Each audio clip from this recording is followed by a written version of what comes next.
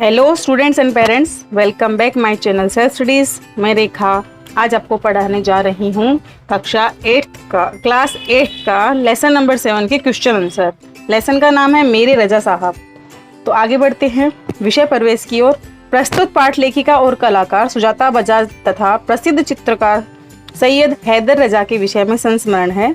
रजा साहब ने लेखिका की चित्रकला से प्रभावित होकर उन्हें पेरिस आने के लिए प्रेरित किया था। पेरिस में रजा साहब लेखिका के स्थानीय अभिभावक थे। प्रस्तुत संस्मरण में लेखिका ने रजा साहब के व्यक्तित्व के अनेक पहलुओं जैसे कला के प्रति उनका प्रेम, युवा कलाकारों को प्रेरणा देना, अपनी कृतियों के लिए लगाव, सर्वधर्म समभाव आदि गुणों से पाठकों को परिचित करवाया है। आगे बढ़ते हैं प्रश्नोत्तर की तरफ। निम्नलिखित परिच्छेद पढ़कर सूचनाओं के अनुसार कृतियां कीजिए। तो ये है शब्दार्थ। उद्घाटन, शुभारंभ, अनहोनी, जो पहले कभी न हुई हो, शून्य, यहाँ, निश्चेष्ट, अचेत, क्रॉस, सूली, ईसाइयों की धर्म चिन्ह, बाइबल, ईसाइयों का धर्म ग्रंथ, अलविदा, विदा, मोगरा, बेला, फूल। संजाल पूर्ण कीजिए।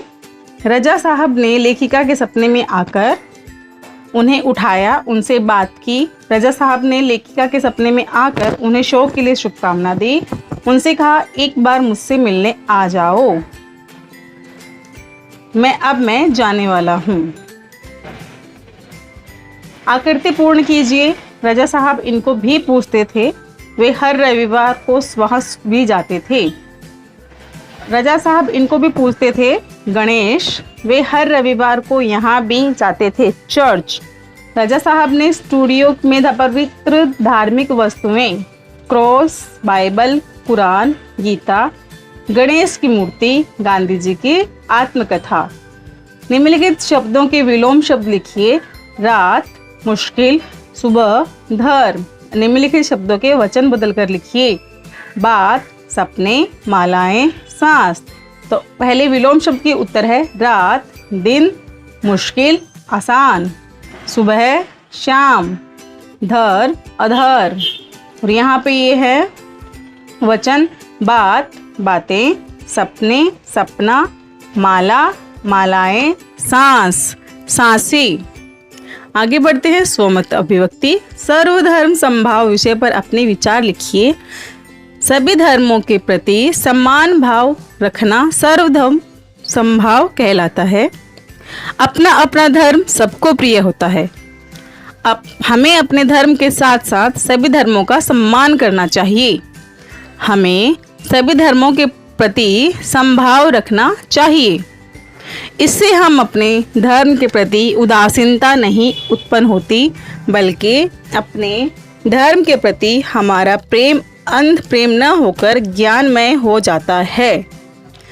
बचपन से ही बालक को केवल अपने ही धर्म की शिक्षा मिलती है। उसे यह ही बताया जाता है कि उसका धर्म अन्य धर्म से श्रेष्ठ है। सभी धर्मों में अच्छी बात कही गई है कि धर्मों का सार और मूल सिद्धांत एक ही होता है। गीता और कुरान दोनों में एक ही परमपिता को ढूंढा जा सकता है। बाइबल और गुरु ग्रंथ साहब दोनों में उसी ईश्वर को ढूंढा जा सकता है जो समस्त जीवों पर दया करने वाला है। सभी धर्म ईश्वर दत्त है। आगे बढ़ते हैं। निम्नलिखित परिच्छेद पढ़कर सूचना के अनुसार कृतियां कीजिए।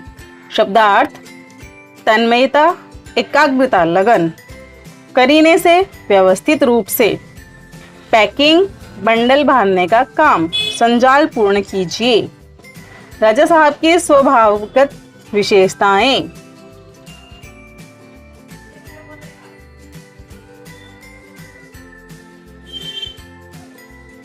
उनके लिए छोटी भी बात महत्वपूर्ण हुआ करती थी।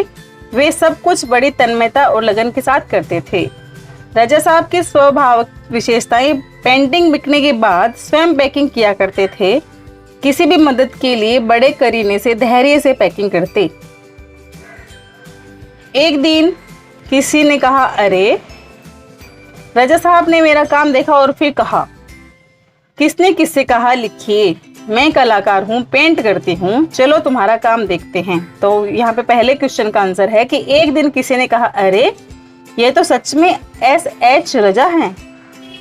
रजा साहब ने मेरा काम देखा और फिर कहा, आपको पेरिस आना है। मैं कलाकार हूँ, पेंट करती हूँ, लेखिका ने रजा साहब से कहा है।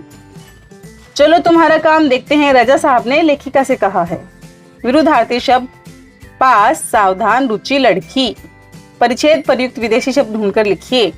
पास दूर, सावधान असावधान, रुचि अरुचि, लड़की लड़का। विदेशी शब्द आर्ट गैलरी, पेंटिंग, पैकिंग। कला का महत्व, स्वयं अभिव्यक्ति लिखिए। कला का महत्व विषय पर अपने विचार लिखिए। उत्तर, हमारे जीवन में कला का बड़ा महत्व है। कला किसी न किसी रूप से व्यक्ति में जुड़ी रहती है। कला में मनुष्य अपने भावों की अभिव्यक्ति करता है। चित्रकला एक श्रेष्ठ कला है। रंगों से भरी तुलिका से चित्रकार अपनी भावनाओं की अभिव्यक्ति करता है। अपने भावों की रेखाएं रंगों के माध्यम से ऐसी अभिव्यक्ति करना कि उसे देखने वालों में ही भाव उत्पन्न हो जाए, कला है। कला में ऐसी शक्ति होती है कि वह लोगों को संकीर्ण सीमाओं से ऊपर उठकर ऐसे ऊंचे स्थान पर पहुंचा देती है जहां मनुष्य केवल मनुष्य रह जाता है।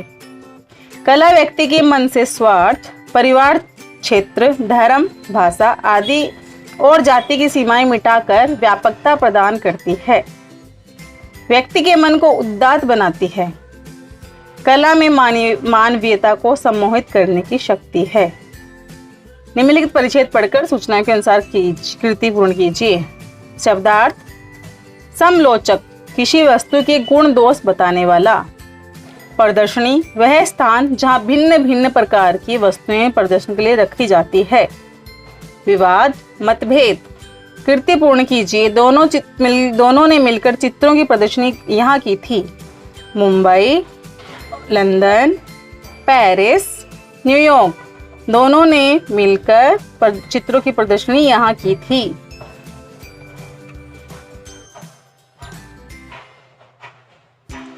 सूची तैयार कीजिए। परिच्छेद में आए विविध देशों के नाम और निम्नलिखित कथनों को क्रमानुसार फिर से लिखिए। Paris, Mumbai, New York, London. सबसे पहले ये आएगा यहाँ पे, रजा साहब स्टेशन पर मेरा इंतजार कर रहे थे। उसके बाद मुझे मेरे हॉस्टल के कमरे में छुए छोड़कर वे गए।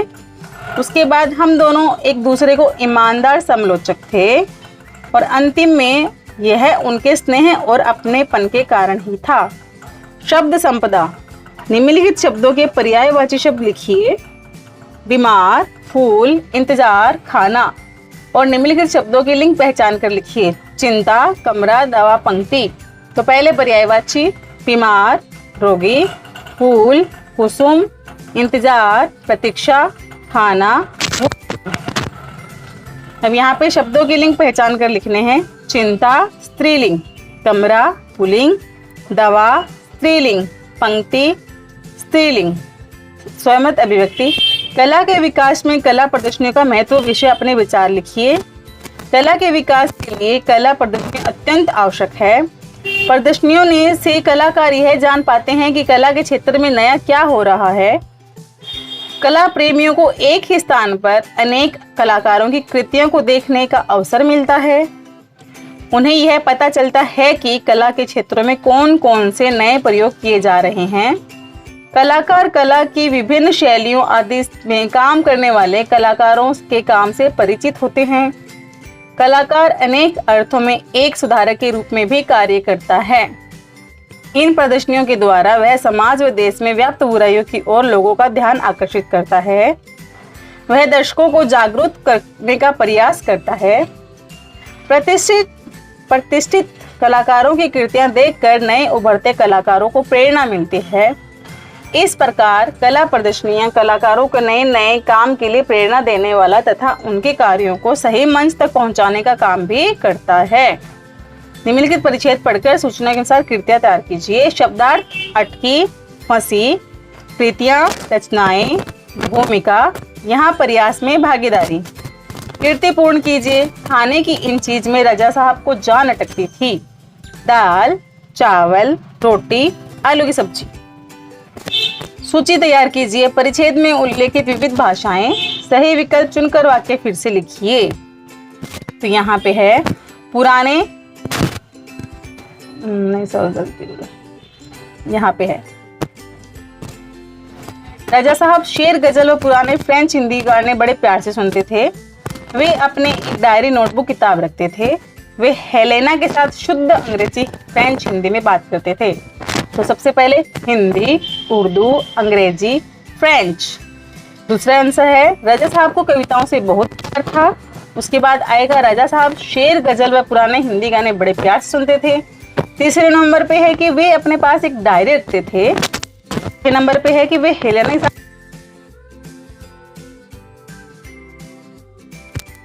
में प्रयुक्त शब्द लिखिए। समानार्थी शब्द प्राची, हमेशा, सदा, खबर, समाचार, दोस्त, मित्र।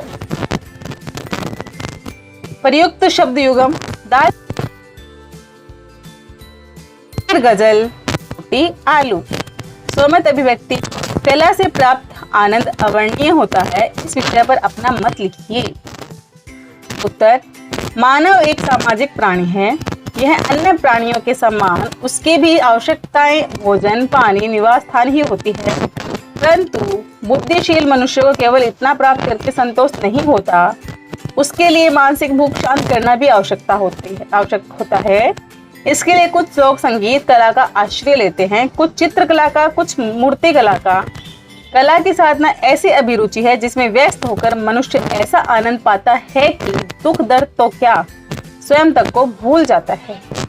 कला ही है जिसमें मानव मन में संवेदनाएं उभारने, प्रवृत्तियों को ढालने, चिंतन को मोड़ने तथा अभिरुचि को दिशा देने की अद्भुत क्षमता होती है। कला में एक ऐसी शक्ति है कि जिसमें डूब कर मनुष्य परम आनंद को प्राप्त कर सकता है। मनोरंजन, सौंदर्य, उल्लास न जाने कितने तत्वों से भरपूर होता है यह। मौखिक कसौटी आप पुणे कहते गए। पाठ में आए पेरिस के रेलवे स्टेशन का नाम बताओ। राजा साहब के पत्र लिखने का ढंग कैसा था? तो ये आप मुझे कमेंट सेक्शन में उत्तर बताएंगे। व्याकरण और भाषा ज्ञान पाठ्य पुस्तक में से 10 वाक्य चुनकर उनमें से उद्देश्य और विधेय अलग करके लिखिए। उत्तर है तीसरी बहन सोचती रही। इसमें उद्देश्य है तीसरी बहन और विधेय है बस सोचती रही। मेरी लड़की ने मुझसे पूछा। उद्देश्य क्या है? मेरी लड़की ने, और विधेय क्या है? मुझसे पूछा। सभी लोग सकते में आ गए। उद्देश्य सभी लोग, विधेय सकते में आ गए। राजा साहब उस रात सपने में आए। उद्देश्य राजा साहब, विधेय उस रात सपने में आए। श्रीमती जी ने घड़ी में अलार्म लगा दिया। उद्देश्य श्रीमती जी, विधेय घड़ी में अलार्म लगा दिया। नया ठेकेदार ईमानदार था। ठेकेदार, विधेय ईमानदार था। जीभ ने नम्रता बनाए रखी। उद्देश्य जीभ ने, और विधेय था नम्रता बनाए रखी। ग्रामीण नदी में कूदा। उद्देश्य ग्रामीण, विधेय नदी कूदा। मैं अंग्रेजी माध्यम से पढ़ने लगा। उद्देश्य मैं, विधेय अंग्रेजी माध्यम में पढ़ने लगा। राजा ने राजकुमारी को गले लगा लिया। उद्देश्य राजा ने, और विधेय राजकुमारी को गले लगा लिया। उपयोजित लेखन, जहाँ चाह होती है वहाँ राह निकल आती है। इस सुविचन पर आधारित 80 शब्दों तक कहानी लिखिए। उत्तर, महेश गांव से नासिक शहर में आई एक गरीब काम वाली का पुत्र था। उसे पढ़ने का बहुत चाव था। जब भी अवसर मिलता वह बच्चों के कमरे में आकर बैठ जाता और बड़ी हसरत से उनकी किताबों को देखा करता। उसके ऐसे लगाव को देखकर मालकिन ने उसे पास के सरकारी स्कूल में भर्ती करा दिया। घर पर भी मालकिन के बच्चे पढ़ाई में उसकी मदद करने लगे। महेश बहुत वर्ग की निगाहों में आ गया।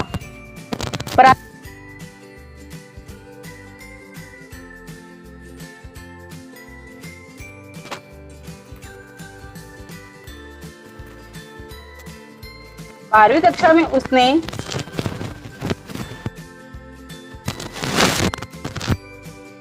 में प्रवेश लिया। भी उसे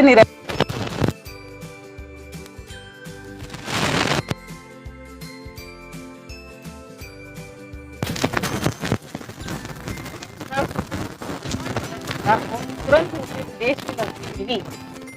उस वर्ष की सबसे अधिक सालाना आय पर देश के तमाम समाचार पत्रों में महेश का इंटरव्यू था, जिसमें केवल एक ही बात पर जोर दिया कि उसकी इच्छा है कि अपने गांव में आर्थिक रूप से पिछड़े परिवारों के बच्चों की बोलना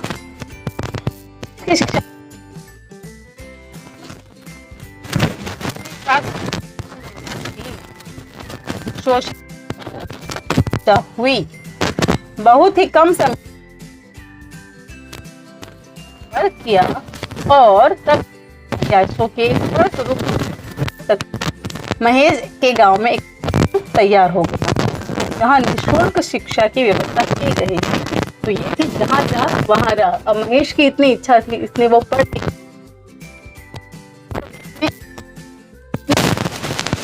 तैयार कर दिया।